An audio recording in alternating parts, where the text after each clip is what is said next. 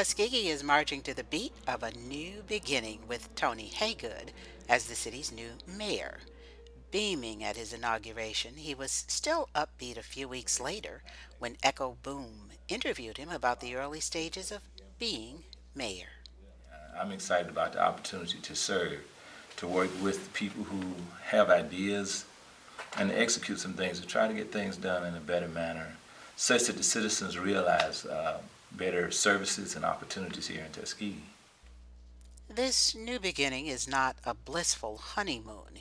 He inherited old headaches, but he feels the remedy will come from the continued unified efforts of his office, the city council, city manager, and other stakeholders.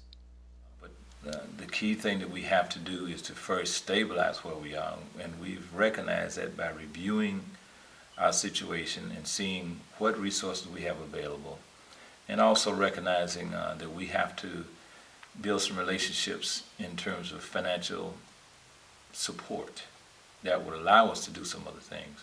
Because right now we don't have strong financial support from our banking institutions, so there's a need to reestablish that so that going forward we have some room, a cushion as you would say, and not to feel so restricted in terms of how we operate. He is genuinely optimistic about this city's future and is elated over a new equipment purchase.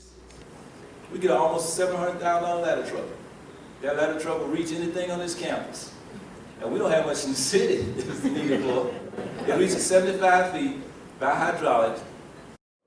It's state-of-the-art, $700,000 piece of equipment. We only had to put out about $32,000. Appreciate the city manager and the city council recognizing we need to do that at that time. All of the money was tight.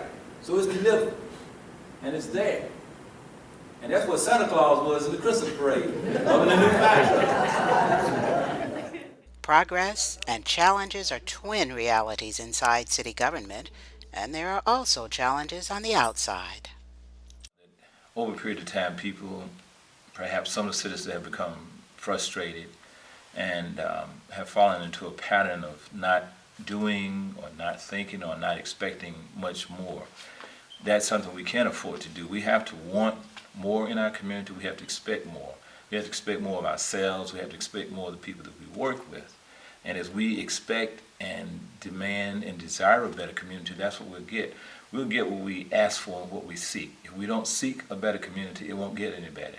We can't just sit and talk about it or complain about it or feel like nothing's going to change. It will change when we decide to make it change. And that involves citizens being proactive. It involves citizens expecting and asking the city government to do more for it. And it involves the city government being more open and responsive to citizens' requests and needs. Speaking of citizens, they have been giving him an earful. The main thing I hear from citizens is opportunity. They want the opportunity to be able to develop businesses, to improve the conditions and their living conditions in their areas, such as abandoned houses and the streets, and to try to get a handle on the utility situation. The utilities is a very big challenge for most citizens.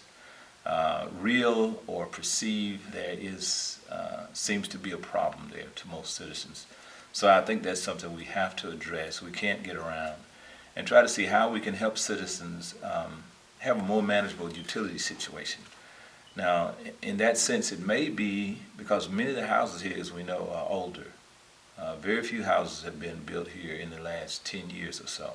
Most houses are much older. Most of our apartments are 20, 30 years old, if not older. So they're not necessarily energy efficient. But if there are some things that we can do from the utilities board or from the city to help citizens manage their utility situation, it's to our benefit as well as to that of the citizens. Because we want the citizens to be comfortable, but yet we don't want them to be burdened with a utility bill that they can't manage. That doesn't help the citizens, and it really doesn't help us in the long run. Another priority is alleviating blight. But we're developing a plan to address those abandoned houses. Priority would be naturally those houses that are on the corridors leading to the city, our main streets, and then go to the secondary streets. And also houses that are next door to people who are living and are uncomfortable with the conditions that the house next door has created. So we'll set up a list of priorities about how to address them. And then once they are abated, then the city will have to develop how we will make them available to other people who may want to obtain the houses and under what kind of conditions they'd have to obtain them, and then to people even outside who may want to invest in a house.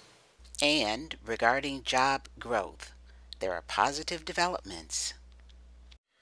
I think that we'll have an opportunity to get some industries here. We've had some. I've talked with at least two potential industries that have expressed an interest in coming into Tuskegee, and particularly into the Commerce Park.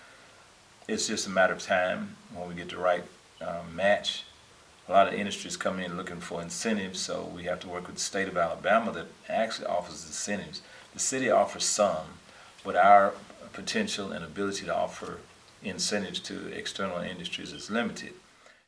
He says we already have a homegrown industry that can generate more jobs: tourism. We just have to develop a reasonable plan and coordinate the activities of a number of entities in this community so it works together. Right now, a lot of that activity is going on independently, which doesn't give us an opportunity to capture the resources or the jobs around the tourism activity that comes into the community. So we hope to, bring everyone together more in a more unified way to develop a plan that will allow us to capture more of the resources and develop more jobs around tourism and retail. Roses came in and bought Maxway, which expanded, and it was good to see. We had the ribbon cutting the other day, and you saw the entire staff there. There were more people working there than I realized. Now, while some of them are part-time jobs, they are opportunities for people to earn additional revenue and income. But that was encouraging because instead of a store leaving, this was a store that was being taken over by a different division and a larger store that actually gives us more opportunities in selection in terms of merchandise that we can buy at the store. So we have some new opportunities in retail, and I think we have some others coming. I wish to offer to Mayor Haygood the heartiest of congratulations. Solidifying another new beginning, this pledge from Dr. Brian Johnson. I assure you on behalf of Tuskegee University that he will have my unwavering support, my unwavering commitment, most importantly, my unwavering friendship. In these days and times, as a people, it is going to be very important that we have not only mere words of support, but activities and works that will support and help. And I assure you, Mayor Haygood, Tuskegee University will intend to do that. Collaboration between the university and the city can be mutually rewarding. Mayor Haygood says there are opportunities tied to research projects, as well as potential opportunities involving college faculty and students. One of the periods of time that people are most creative is when they're in college or in a university setting, because they don't have job responsibilities or family necessarily or other obligations that they have to worry about. They're in a creative stage. And so we'd like to get that talent more involved with the city because they may offer solutions that we haven't thought about to challenges that we see. You've got people in school of business that can tell us a lot about how we operate, and they offer suggestions. Now, they may not always work because there may be some things that they don't understand, but at least by offering the suggestions, it gives us an opportunity to see things from a different light and consider them. You have people in the School of Engineering that can help us solve some of our challenges in our traffic situations here. Construction science and architecture. The abandoned houses is a perfect example where they could get involved and give us assistance there. So there are a number of areas where not only the students could get involved and help us out, but the staff and faculty, and then the research opportunities from the Department of Agriculture and other areas as well.